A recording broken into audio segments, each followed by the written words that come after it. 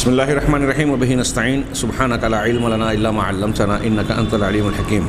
الحمد للہ رب العالمین والصلاة والسلام علی سید المرسلین وعلی آلہ وصحبہ اجمعین ومن تبعہم بإحسان الی یوم الدین اعوذ باللہ من الشیطان الرجیم بسم اللہ الرحمن الرحیم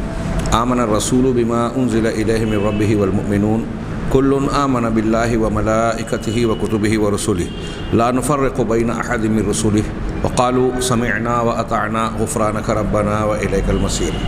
سامعین کرام، اللہ کے نبی صلی اللہ علیہ وسلم پر ایمان لانے کے تقاضوں اور شرعی اعتبار سے کما حقہ آپ کو ماننے، بغیر کسی افراط اور تفریط کے آپ پر ایمان رکھنے کے تقاضے کو سمجھنے کے لیے آپ کے تعلق سے قرآن اور حدیث نے جو خصوصیات، جو فضائل، جو شمائل بیان کیے ہیں اور اس ضمن میں جو آپ کے حقوق متعین کیے ہیں ان کا جاننا بہت ضروری ہے۔ یہ پچھلے درس میں مختلف پیرائے میں بیان کیا گیا کہ ایسا نہ ہونے پر بہت سارے لوگ اللہ کے نبی صلی اللہ علیہ وسلم سے عقیدت اور محبت کے اچھے جذبے کے تحت بھی گمراہی کا شکار ہو جاتے ہیں۔ چنانچہ ہم آپ کے خصائص کی بحث کا آغاز کر رہے ہیں۔ جیسا کہ میں نے بیان کیا تھا، خصائص المصطفیٰ بین الغلو والجفا، یہ کتاب دکتور صادق کی ایک ماجسٹر کے لیے تیار کردہ اصلاً ایک مقالہ تھا، مبحث تھی، اس کے خلاصے کو ہم پیش کر رہے ہیں۔ پوری کتاب نہ صحیح، اس کے مقصود کو ہم پیش کرنے کی کوشش کریں گے۔ سب سے پہلے انہوں نے ایک عنوان قائم کیا کہ نبی صلی اللہ علیہ وسلم کے خصائص یعنی خصوصیات، آپ کی خصوصیات دیگر تمام انبیاء کے مقابلے میں، انبیاء کرام علیہم الصلاۃ والسلام کے مقابلے میں آپ کو کیا خصوصیات، امتیازی شان اور فضیلتوں سے نوازا گیا۔ اس ضمن میں دو بحث کی ہے۔ پہلی کہ دیگر انبیاء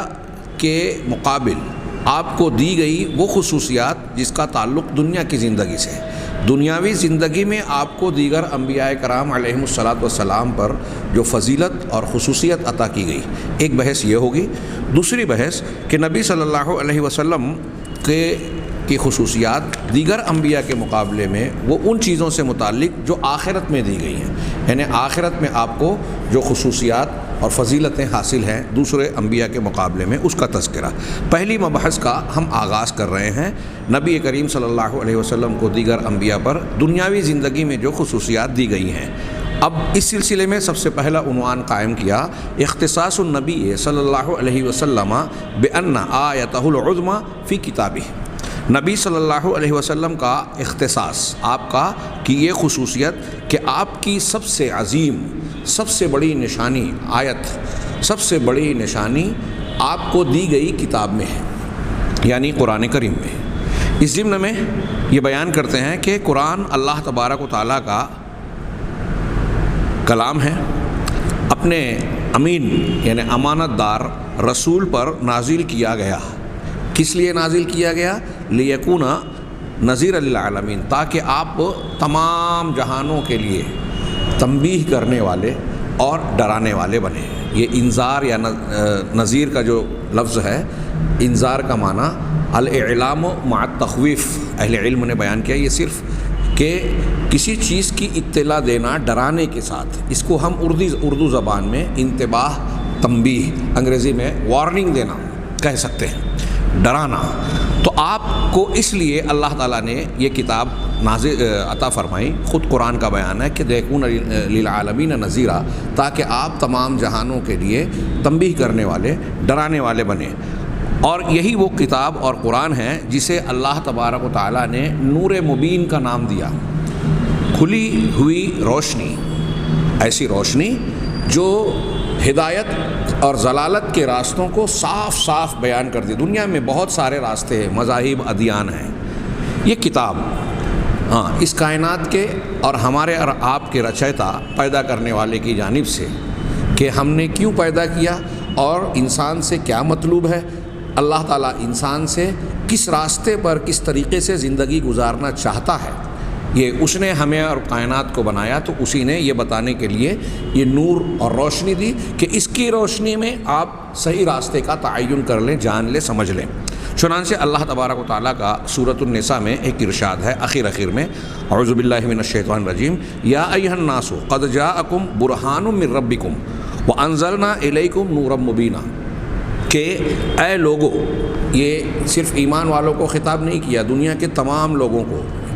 ہاں عیسائی ہو، یہودی ہو، بدھسٹ ہو، جین مذہب کا ہو، ہندو دھرم کا ہو، کسی بھی مذہب کا ماننے والا ہو، مشرک ہو، ملحد ہو، کافر ہو، اللہ تعالیٰ بندگی سب کو پیدا کیا تو اپنی تمام مخلوق انسانوں کو اور مکلف بندوں کو خطاب کر کے کہہ رہا ہے کہ اے لوگو، تمہارے پاس برہان، تمہارے پروردگار کی جانب سے برہان آ چکی۔ برہان کا مطلب سند، دلیل آ چکی، جس کی بنیاد پر آپ صحیح غلط، حق باطل، سچائی اور اس کی خلاف بات یعنی جھوٹ، اس کو سمجھ سکتے ہیں، پرکھ سکتے ہیں۔ تمہارے پروردگار کی جانب سے تمہارے پاس سند اور دلیل آ چکی۔ وَأَنزَلْنَا إِلَيْكُمْ نُورًا مُبِينًا، اور ہم نے آپ کی طرف نور مبین، چیزوں کو، راستوں کو، صراط مستقیم کو واضح کرنے والا نور، روشنی اور اجالا بھی دے دیا۔ یہاں کس چیز کو نور مبین کہا جا رہا ہے؟ وہی وحی الہی جو قرآن کی شکل میں جناب محمد رسول اللہ صلی اللہ علیہ وسلم پر پروردگار نے نازل کی اور آپ نے دنیا تک لوگوں تک پہنچانے کا انتظام فرمایا دعوت و تبلیغ کے ذریعے۔ یہ وہ وحی ہے جسے اللہ تبارک و تعالیٰ نے اپنے رسول صلی اللہ علیہ وسلم کی طرف اتارا، بھیجا۔ چنانچہ حضرت ابو ہریرہ رضی اللہ تعالیٰ عنہ سے روایت ہے، وہ کہتے ہیں کہ نبی صلی اللہ علیہ وسلم کا ارشاد ہے کہ انبیاء میں سے کوئی بھی نبی رہا ہو مگر اسے ایسی نشانیاں، ایسی آیتیں، ایسی نشانیاں، یا آپ ترجمہ کیجئے کہ ایسے معجزات، آیات کا لفظ استعمال ہے، ما من نبی الا اعطی من الآیات، کہ ہر نبی کو، کوئی بھی نبی گزرا ہو، اس نبی کو ضرور ایسی نشانیاں دی گئی، ما مثلہ آمن علیہ البشر، جس کے مطابق انسانی طبقوں میں سے لوگوں نے ان پر ایمان لایا۔ یعنی انسان کے طبقات اس نشانی کے مطابق، اس نشانی کے حوالے سے ان پر ایمان لائے۔ وَإِنَّمَا كَانَ الَّذِي أُوتِيتُهُ، اور مجھے جو چیز دی گئی ہے، یعنی بہت ساری نشانیاں، معجزات، دلائل ہیں، ہم اس سے پہلے لمبی چوڑی گفتگو مختلف دروس میں، متعدد دروس میں کر چکے ہیں، تو مجھے، لیکن ان سب نشانیوں میں مجھے جو دائمی اور ہمیشہ کا رہنے والا معجزہ دیا گیا، کہ جسے جو مجھے دیا گیا وہ وحی ہے، جسے اللہ تبارک و تعالیٰ نے میری طرف وحی کیا ہے، بھیجا ہے، نازل کیا ہے۔ فَأَرْجُو أَنْ أَكُونَ أَكْثَرُهُمْ تَابِعًا يَوْمَ الْقِيَامَةِ، تو مجھے اس بات کی امید ہے، أَنْ أَكُونَ أَكْثَرَهُمْ، کہ میں تمام انبیاء کے مقابلے میں متبعین کے اعتبار سے قیامت کے دن سب سے زیادہ تعداد والا رہوں گا، یعنی میرے ماننے والے، میرے امتی، مجھ پر ایمان لانے والوں کی تعداد دوسرے انبیاء کرام پر ایمان لانے والوں کی تعداد سے زیادہ ہوگی۔ کیوں؟ اس لیے کہ مجھے یہ معجزہ ایسا دیا گیا جو ہمیشہ قائم، باقی، برقرار رہنے والا ہے، زندہ معجزہ، قیامت تک لوگوں پر حجت قائم کرنے والا۔ اور اس کے ہم اس سے پہلے کے دروس میں جان چکے ہیں کہ قرآن متعدد اعتبار سے، جیسے نبی کریم صلی اللہ علیہ وسلم کے دلائل نبوت کے بارے میں ہم نے جانا کہ یہ کئی ناحیوں اور زاویوں سے معجزہ ہے، ویسے ہی وہ تمام وجوہ قرآن کریم کے حق میں بھی ہیں۔ ابھی ہم آگے جانیں گے فصاحت و بلاغت، اس کے علاوہ قرآن کے اندر جو 6000 آیتوں میں کہیں کوئی نقص، کوئی جھول، کوئی خامی کا نہ ہونا، اس میں علمی حقائق، سائنسی سچائیاں 1400 سال پہلے بیان ہو جانا، ماضی کی خبریں، مستقبل کی پیشین گوئیاں، اطلاعات، ہاں، انسانی زندگی کے مسائل کا حل، ہر حقدار کو انتہائی اعلیٰ انداز میں حق بیان کرنا، اور زندگی کے قانون انتہائی موضوع اور مناسبت کے ساتھ قوانین پیش کرنا، قرآن کا یاد کرنے میں آسان ہونا، قرآن کا ایسا ہونا کہ جس کے پڑھنے سے کتنی مرتبہ بھی آپ پڑھیں، دہرائیں، تلاوت کریں، اکتاہٹ کا نہ ہونا، اس کے اندر فصاحت و بلاغت کے ساتھ معانی کے سمندروں کا اور ہر غوطہ لگانے والے کے لیے نئے موتی کا ہونا، ایسے اور بھی بہت سارے وجوہ ہیں جو علم اور تحقیق کے میدان کے وسیع ہونے کے ساتھ ساتھ دنیا کے سامنے آتے جا رہے ہیں۔ اللہ کے رسول صلی اللہ علیہ وسلم نے اسی لیے فرمایا کہ چونکہ یہ معجزہ مجھے دیا گیا ہے، اس لیے مجھے یہ امید ہے کہ قیامت کے دن میں دیگر انبیاء کے مقابلے میں متبعین کی تعداد کے اعتبار سے سب سے بڑھ کر رہوں گا۔ یہ متفق علیہ روایت ہے، اور یہاں جو الفاظ نقل کیے گئے وہ بخاری کے ہیں۔ اسی لیے آگے صاحب کتاب کہتے ہیں کہ اسی لیے قرآن کریم نبی مصطفیٰ صلی اللہ علیہ وسلم کے معجزات میں سے سب سے خاص، اخص کا لفظ استعمال کیا، سب سے خاص اور سب سے اہم، سب سے بڑا، سب سے جامع معجزہ ہے۔ کہہ رہے ہیں اس بارے میں امام ماوردی کہتے ہیں، انہوں نے قرآن کریم کے اختصاص اور پوری کتاب کے آپ کو بطور نشانی دیے جانے، آپ کی حجت و دلیل کے طور پر بیان کرنے کے تناظر میں امام ماوردی کا ایک طویل قول نقل کیا اور اسی پر اکتفا کیا۔ ہم اس پر نظر ڈالتے ہیں کہ امام ماوردی ابو حسن علی ابن محمد حبیب البصری ماوردی، یہ شافعیہ کے شیخ ہیں، اور سن 450 میں ان کی وفات ہوئی تھی۔ امام ماوردی کہتے ہیں کہ والقرآن اول معجز دعا بہ محمد صلی اللہ علیہ وسلم الی نبوتہ، قرآن سب سے پہلا وہ معجزہ ہے جس کے ذریعے سے محمد صلی اللہ علیہ وسلم نے اپنی نبوت کی طرف لوگوں کو دعوت دی۔ نبی کریم صلی اللہ علیہ وسلم کو جب نبی بنایا گیا تو ہم اور آپ وہ واقعہ جانتے ہیں کہ حضرت جبرائیل علیہ السلام غار حرا میں تشریف لائے، آپ کو 3 مرتبہ بھیجا اور ہر بار کہا اقرا، تیسری مرتبہ قرآن کی 5 آیتیں پڑھی، اقرا بسم ربک الذی خلق سے لے کر 5ویں آیت تک، یہ آپ پڑھیے۔ اب جب آپ کو کہا جا رہا ہے آپ پڑھیے تو ظاہر سی بات ہے یہ پہلا لفظ ہی آپ کی نبوت اور رسالت کی دلیل ہے۔ اب اس میں کچھ لوگ بحث کرتے ہیں کہ آپ اس کے ساتھ نبی بنے، پھر یا ایھا المدثر قم فانذر، فانذر کا جب لفظ کہا تو یہاں نبی بنے وہاں رسول بنے، نبی اور رسول کے فرق کی بنیاد پر کچھ لوگ یہ کہتے ہیں۔ تو آپ سے جب یہ کہا گیا کہ پڑھیے تو یہ پہلا لفظ ہی اس بات کی دلیل ہے کہ آپ کا اپنا کلام نہیں ہے، کسی انسان کا اپنا کوئی کلام ہو، خط اور پیغام ہو، تحریر اور کتاب ہو، تو وہ اپنے آپ سے یہ نہیں کہے گا کہ پڑھیے۔ نبی کریم صلی اللہ علیہ وسلم کا کلام ہو ہی نہیں سکتا اگر آپ کو یہ کہا جا رہا ہے یا پہلا لفظ ہے پڑھیے۔ تو آپ کو جب پڑھیے کہا جا رہا ہے اس کا مطلب پڑھانے والا اور کلام والا کوئی اور ہے، اور آپ کو وہ پہنچایا جا رہا ہے، مطلب یہ وحی ہے، تو وحی کا آنا آپ کی نبوت کی دلیل ہے، اور پھر اس وحی کو آپ کو لوگوں تک پہنچانا ہے، تو آپ اللہ کا کلام پہنچانے کے اعتبار سے نبی خبر دینے والے، رسول پہنچانے والے ہو گئے۔ یہ پہلا لفظ ہی آپ کی نبوت کی دلیل ہے۔ تو یہ آپ کو یہ جو پہلا قرآن کریم کا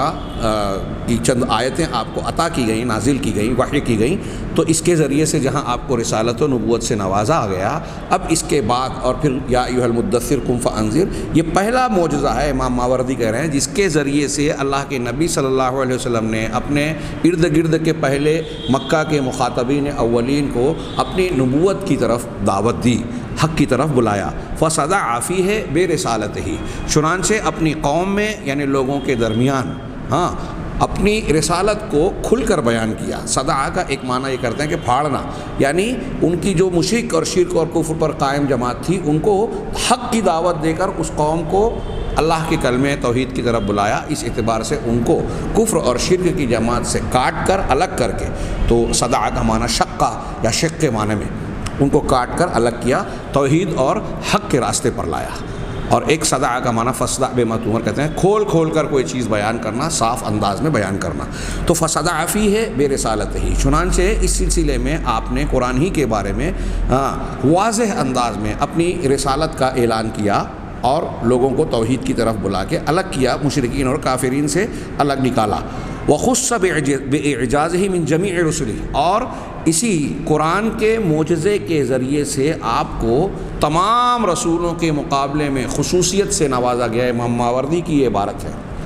یعنی قرآن جو آپ کو وحی کی شکل میں دیا گیا یہ آپ کی ایک خصوصیت ہے، اور کئی اعتبار سے یہ خصوصیت، جس کا پہلا اور بنیادی پہلو حدیث کی روشنی میں ہم نے جانا کہ بطور معجزہ، بطور آیت اور دلیل کے زندہ معجزہ قیامت تک رہنے والا، پوری دنیا پر چیلنج اور للکار کی طرح قائم ہے کہ اگر ان کو شک ہے کہ یہ کلام محمد صلی اللہ علیہ وسلم کا ہے، اللہ کا نہیں ہے، تو تم بھی انسان ہو، محمد صلی اللہ علیہ وسلم بھی انسان تھے، تم سب مل کر اس کے جیسا کلام لے آؤ۔ تو امام ماوردی کہہ رہے ہیں کہ آپ کو تمام انبیاء کے مقابلے میں اس کے معجزے کے اعجاز کے ذریعے سے خاص کیا گیا، آپ کو خصوصیت سے نوازا گیا۔ اگرچہ کہ یہ کلام ملفوظ، بولا جانے والا، لفظی طور پر ادا کیا جانے والا کلام ہے، اور قول محفوظ رہنے والا قول ہے، ہاں،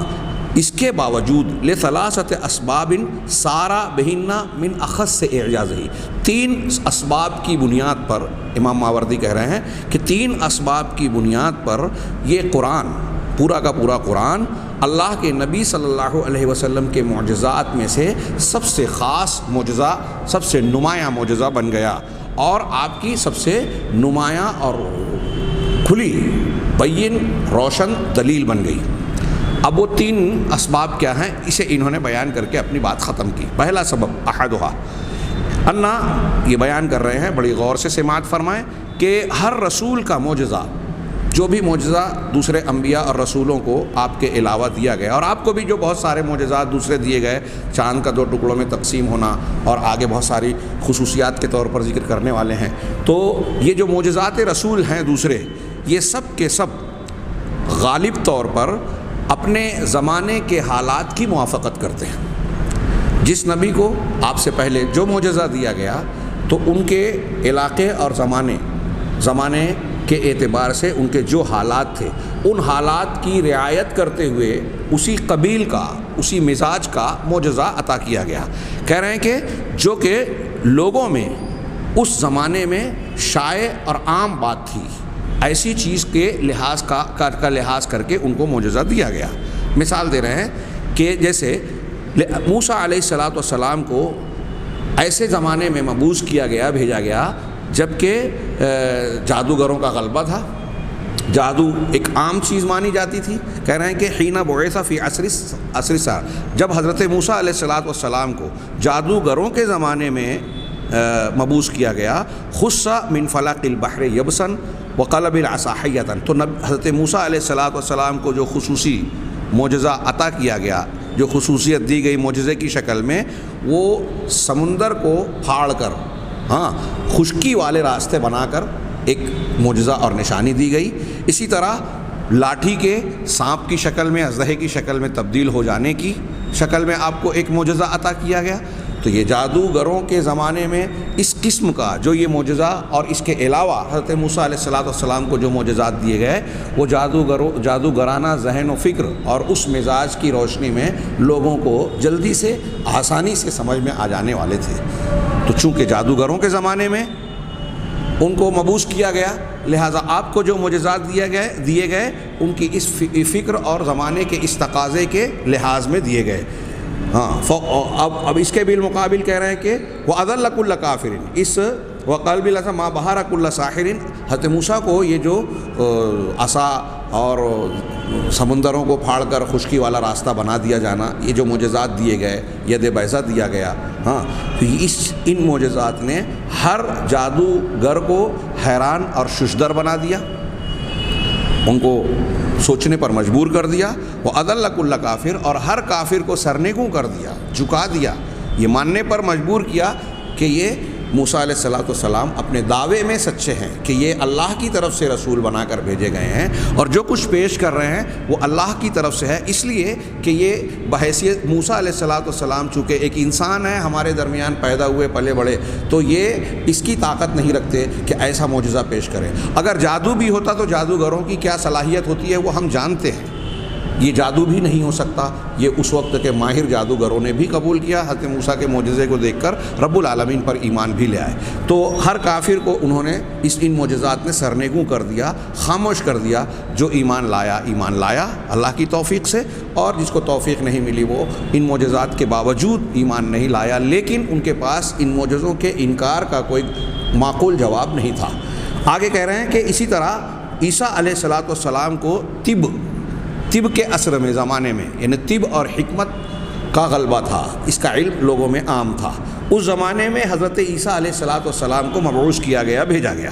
چنانچہ انہیں ایسا معجزہ دیا گیا جس کے ذریعے سے وہ دائمی مریضوں کو کوڑھی، پیدائشی اندھا، دائمی مریضوں کو جو ہے وہ شفا دے دیتے تھے اس معجزے کے ذریعے سے، باذن اللہ کے حکم سے۔ اسی طریقے سے مردوں کو زندہ کر دینے والا معجزہ پیش کیا گیا ان کے ہاتھوں پر، ایسا معجزہ جس نے ہر طبیب کو جو ہے حیران کر دیا، سوچنے پر مجبور کر دیا، اور ان کو ششدر بنا دیا، اور ہر عقل والے کو جو ہے وہ متحیر کر کے آپ کی نبوت اور رسالت کو قبول کرنے کے طرف ذہن کو مائل کر دیا۔ اور جب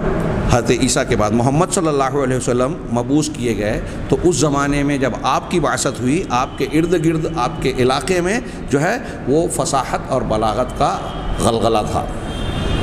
غلغلہ لغت میں غلغلہ کہتے ہیں، لیکن جو زبان پر ہے وہ غلغلہ۔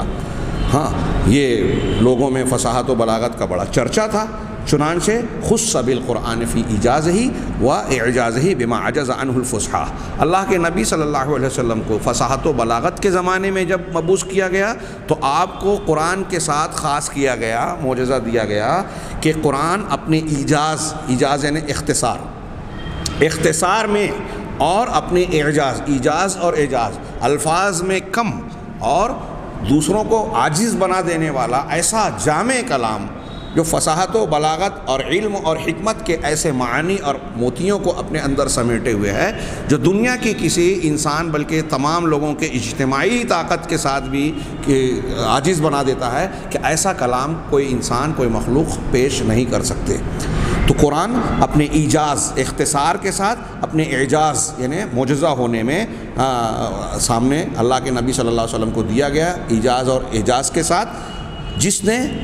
وقت کے تمام فصحاء، بڑے بڑے فصیح اللسان لوگوں کو عاجز بنا دیا، اور بڑے بڑے بلغا، بلیغ لوگ، بلاغت کے اعلیٰ مقام پر جو فائز تھے، وہ اس پر کان دھرنے اور سر دھننے، کان لگانے اور سر دھننے پر مجبور ہوئے۔ وَتَبَلَّدَ فِيهِ الشُّعَرَاء، اور شعراء اس کے مقابل جو ہے اپنے آپ کو کند ذہن اور کم عقل سمجھنے لگے، مطلب یہی کہ عاجز ہو گئے کہ ہم شعراء ہیں۔ شعراء قادر الکلام کہلاتے ہیں، اعلیٰ ترین۔ اس زمانے کے شعراء کے کلام کو آج بھی پڑھایا جاتا ہے بعض اداروں میں، اور پڑھایا جاتا ہے یہ بتانے کے لیے کہ نزول قرآن کے زمانے میں لوگوں کی ادبی زبان دانی کی صلاحیت کتنی اعلیٰ سطح کی تھی، کیسے اعلیٰ معیار کی تھی، کیسی عجیب و غریب قسم کے استعارات، مجازات اور کلام کے جو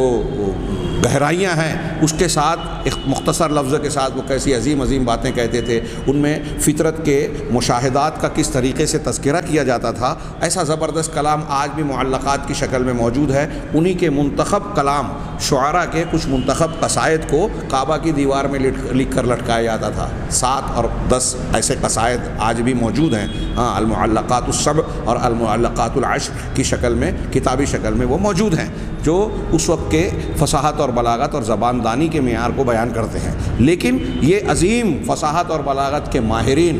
فصحاء اور بلغا، قرآن کے کلام کو سننے کے بعد اپنی عاجزی ماننے پر مجبور ہوئے، اور انہوں نے یہ قبول کیا کہ یہ کوئی انسان ایسا کلام نہیں پیش کر سکتا۔ ہم اس طرح کی تفصیلات روایات کی شکل میں اس سے پہلے جان چکے ہیں، ان کو دہرانے کی ضرورت نہیں، تاکہ لیکون العجز فیہ اقہر، یہ شعراء، فصحاء اور بلغا جو اس کے سامنے سرنگوں ہوئے، اپنی عاجزی اور اپنی کمزوری کو قبول کیا، تاکہ یہ ان کا عجز جو ہے یہ بالکل کھل کر ایک دلیل کی شکل اختیار کرے، اور ان کی تقصیر، کوتاہی اور کمزوری کہ ہم انسان ایسا نہیں کر سکتے، یہ بالکل ظاہر و باہر ہو جائے۔ اللہ تبارک و تعالیٰ نے اس لیے اس فصیح اور بلیغ کلام کے ذریعے سے نبی کریم صلی اللہ علیہ وسلم کو خصوصیت عطا کی۔ یہ پہلا سبب بتایا کہ اس بنیاد پر قرآن اللہ کے نبی صلی اللہ علیہ وسلم کا سب سے خاص معجزہ بنا۔ دوسرا سبب کہ ان المعجزہ فی کل قوم بحسب افہامہم، کہ ہر قوم میں ان کے نبیوں کے ذریعے سے جو معجزہ ان کے سامنے پیش کیا گیا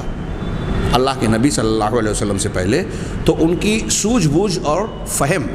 جو سمجھنے کی جو صلاحیت ہے، قوت فہم ہے، اس کے مطابق اس کا اعتبار کرتے ہوئے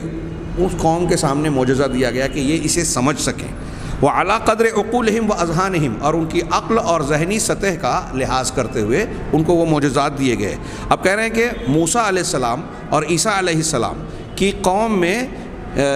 اگر ہم دیکھیں تو ان کے اندر بہت زیادہ علمی ادبی ایسی صلاحیت نہیں تھی، بلکہ ان کے یہاں ایک قسم کی بلادت اور غباوت، کم فہمی تھی۔ ہاں، اس لیے کہ ان کے بارے میں کوئی ایسی روایت موجود نہیں ہے جو یہ بتائے کہ وہ لوگ اچھے اور مستحسن کلام کی تمیز رکھتے تھے اور کلام کے اندر کوئی اچھوتا معنی، نیا معنی پیدا کرنے کے ادبی صلاحیت رکھتے تھے، کہ ان کے اندر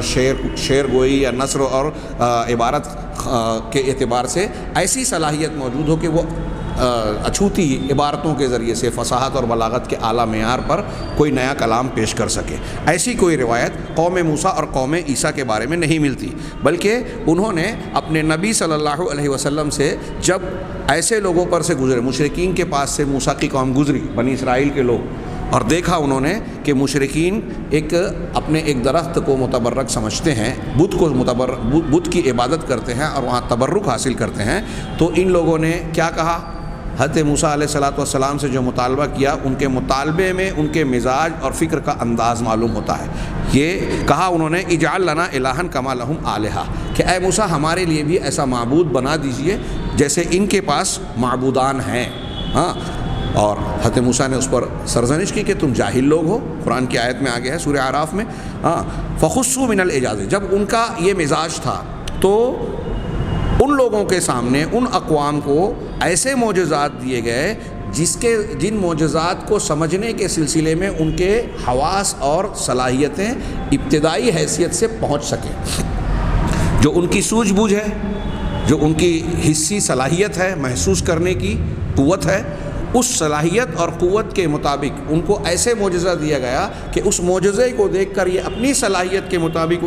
اس کے مقصد تک پہنچ سکیں، اس کی مراد کو جان سکیں۔ ان کے بالمقابل عرب کا جو زمانہ تھا نبی کریم صلی اللہ علیہ وسلم کی بعثت اور آپ کی آمد کا، تو کہہ رہے ہیں کہ عرب لوگوں میں فہم اور سوجھ بوجھ کے اعتبار سے سب سے زیادہ صحیح درست تھے، اور ذہنی اعتبار سے سب سے تیز تھے، تیز ذہن، تیز و طرار۔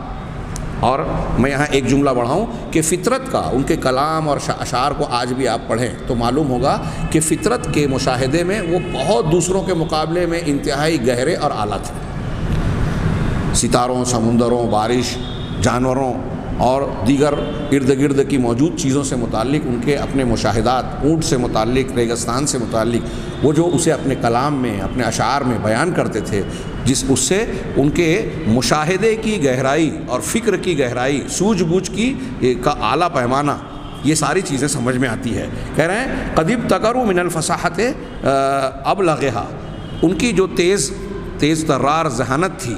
ہاں، اور ادبی صلاحیت تھی، اس کی بنیاد پر انہوں نے فصاحت و بلاغت میں ایسے اچھوتے کلام اور ایسے نئے نئے انداز بیان کے پیش کیے جو زبان و بیان کے اعتبار سے سب سے زیادہ بلیغ کلام کہلانے کے لائق ہیں۔ اس معیار کے کلام آپ دوسروں کے یہاں نہیں پائیں گے، یہاں تک کہ بعد والوں میں بھی نہیں پائیں گے۔ وَمِنَ الْمَعَانِي أَغْرَبِهَا، اور ایسے معنی اور مطالب اب ان کے کلام میں آپ کو نظر آئیں گے جو انتہائی عجیب و غریب، انتہائی اچھوتے ہیں۔ ہاں، وَمِنَ الْآدَابِ أَحْسَنِهَا، اور ان کے کلام میں انتہائی حسین اور خوبصورت قسم کے اچھے اور بہتر آداب نظر آئیں گے۔ فخصو، جب ایسا ماحول تھا، ایسے لوگ اس زمانے میں تھے، تو ان لوگوں کو اللہ کے نبی صلی اللہ علیہ وسلم کے ذریعے ان کے سامنے جو معجزہ پیش کیا گیا تو ان کو خصوصیت دی گئی قرآن کے معجزے کے ساتھ، جس میں کہ بما تجول فیہ افہامہم، جس میں ان کی غور و فکر کی اور سمجھ بوجھ کی یہ جو اعلیٰ صلاحیت تھی وہ اس قرآن میں غور و فکر کر سکے، سمجھ سکے اور اس کو جان سکے۔ وَتَصِلُ إِلَيْهِ أَذْهَانِهِمْ، اور ایسا کلام مبتکر، کلام معجز جس کے گہرائیوں تک یا کچھ حصوں تک ان کے ذہن پہنچ سکیں، اور پھر اس کلام کے کو وہ سمجھیں، اس کا ادراک کریں اپنی عقل اور فطنت، اپنی سمجھداری کی بنیاد پر، نہ کہ بدیہی طور پر۔ کچھ چیزیں ایسی ہیں جو دیکھ کر انسان پہلے دیکھ کر فوراً متاثر ہو جاتا ہے، تو فوراً دیکھ کر پہلے مرحلے میں نہیں، بلکہ غور و فکر کرنے کے بعد، عقل اور شعور کا استعمال کرنے کے بعد اس سے بھی اس سے متاثر ہوں، اور غور و فکر کے ذریعے، جلد بازی کے ذریعے نہیں۔ صرف جلد بازی میں کسی چیز سے متاثر ہوں تو وہ عارضی ثابت ہوتی ہے، لیکن غور و فکر کے بعد آدمی جس چیز سے متاثر ہوتی ہے تو وہ گہری، مضبوط اور پائیدار ہوتی ہے۔ لِتَكُونَ كُلُّ أُمَّةٍ مَخْصُوصًا بِمَا يُشَاكِلُ، یہ اللہ تبارک و تعالیٰ نے یہ سلسلہ اور یہ کیوں کیا؟ تاکہ ہر امت کو خاص کیا جائے اس چیز کے ذریعے سے جو ان کی طبیعتوں سے مناسبت رکھتی ہو اور جو ان کی سوجھ بوجھ سے مطابقت رکھتی ہو۔ نبی کریم صلی اللہ علیہ وسلم کو اس لیے قرآن کا جو معجزہ دیا گیا وہ ان کے ماحول کے تقاضے کے مطابق۔ اب یہاں ایک جملہ میں اور بڑھاؤں کہ فصاحت و بلاغت کے اندر وہ تھے، اسی طرح فطرت کے مشاہدے میں بھی گہرے تھے اہل عرب، اور اس زمانے کے اور بھی کئی امور تھے، زندگی کی حقائق۔ قرآن مجید میں وہ تمام پہلو موجود تھے جو ان کی اپنی زندگی، سوجھ بوجھ کے مختلف پیرایوں اور پہلوؤں کا گھیراؤ کرتا ہے۔ صرف فصاحت و بلاغت والا معاملہ ہی نہیں تھا، یہ تو بہت واضح طور پر تھا۔ اور پھر آگے کے جملے سے آپ اندازہ لگا سکتے ہیں کہ اس زمانے میں فصاحت و بلاغت کا دور دورہ، غلبہ اور چرچا تھا، تو وہاں ایک پہلو یہ تھا قرآن کے معجزے کا۔ اب بعد کے زمانوں میں علم کی جس شاخ اور فن کا چرچا ہوا، قرآن اپنے اندر ان تمام کو چیلنج کرنے، ان کو مطمئن کرنے اور اس فن کے ماہرین کو عاجز بنانے کی صلاحیت رکھتا ہے، اور یہ عملی طور سے 14 صدیوں میں ہمیں ہر زمانے میں نظر آتا ہے اور آج بھی نظر آ رہا ہے۔ چنانچہ یہ جو آخری وجہ انہوں نے بیان کی، تیسری، کہ قرآن کا معجزہ زمانوں سے تمام زمانوں تک باقی رہنے والا ہے، دائمی ہے، ہاں، تمام آثار اور زمانوں میں، تو زمانی اعتبار سے قرآن کا معجزہ دائمی ہے۔ اسی طریقے سے یہ مخصوص علاقے تک بھی محدود نہیں ہے، بلکہ دنیا کے مختلف اقطار اور علاقوں میں بھی پھیلا ہوا ہے اور پھیل رہا ہے۔ چنانچہ یہ معجزہ ایک ایسا خاص معجزہ ہے جو صرف اپنے وقت، مخصوص علاقے یا مخصوص زمانے کے تک محدود نہیں ہے، کہ موجودہ زمانے میں وہ چیز پیش کی گئی اور زمانہ گزرنے کے ساتھ وہ معجزہ بھی ختم ہو گیا۔ پچھلے انبیاء کے معجزات کا معاملہ ایسا ہی تھا کہ وقت اور حالات کے اعتبار سے سامنے لایا گیا معجزہ، لیکن جب وہ زمانہ گزر گیا تو اس معجزے اور معجزے کے اثرات بھی ختم ہو گئے۔ ہاں، اب تو قرآن کا معاملہ ہر زمانے کے ساتھ جڑا ہوا ہے، اور کسی زمانے کے ختم ہونے سے قرآن کے معجزات کے پہلو ختم نہیں ہوتے۔ ہاں، یہ برابر مسلسل، ہاں، زمانے کے دوام کے ساتھ بغیر کسی انقطاع کے ہر زمانے اور ہر علاقے میں یہ قرآن ایک معجزے کے طور پر سب سے زیادہ حجت پیش کرنے والی چیز ہے، دنیا کے لوگوں پر حجت قائم کرنے والی۔ فہو بالاختصاص احق کو، جب یہ حجت میں سب سے زیادہ اعلیٰ اور لائق ہے تو یہ اللہ کے نبی صلی اللہ علیہ وسلم کے لیے خصوصیت کے طور پر پیش کیے جانے کا سب سے زیادہ حقدار ہے۔ یہ امام ماوردی کی